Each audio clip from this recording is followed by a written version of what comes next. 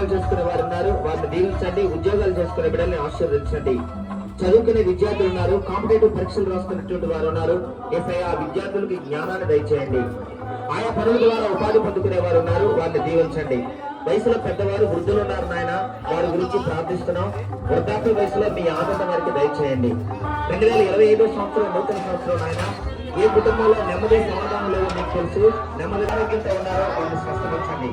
వివాహాలు కావాల్సిన యవనస్తుల గురించి ప్రార్థిస్తున్నాం. తండ్రి దేవా, ఈ యొక్క నూతన సంవత్సరంలో ఈ కలిపేట ఆరాధనకు అనేక మంది రాలేకపోయారు, మీరే వారితో మాట్లాడండి. నూతన దేవాలయ నిర్మాణం విషయంలో వనరులు కావాలి, సహాయం చేయండి. తండ్రి, ఈ యొక్క వాచ్మెన్ సర్వీస్ కి ఈ రోజు ఈ ప్రార్థన జరిగే ప్రదేశాన్ని ఊర్చిన వారు, శుభ్రపరిచిన వారు, సర్దుబాటు చేసిన వారిని దీవించండి. మీ ప్రసన్నత, మీ ఆలోచన మీకు దయచేయండి. ఈ యొక్క ప్యారిష్ కి గురువులుగా ఉంటున్నాను ప్రభావ, నన్ను నా కుటుంబాన్ని ఆదరించండి, ఆశీర్వదించండి.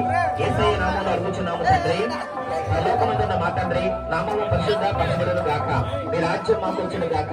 మీ చిత్తము పరలోకమందు నెరవేర్చినట్లు భూమి యందు నెరవేరును గాక. అనుదిన ఆహారం నేడు మాకు దయచేయండి.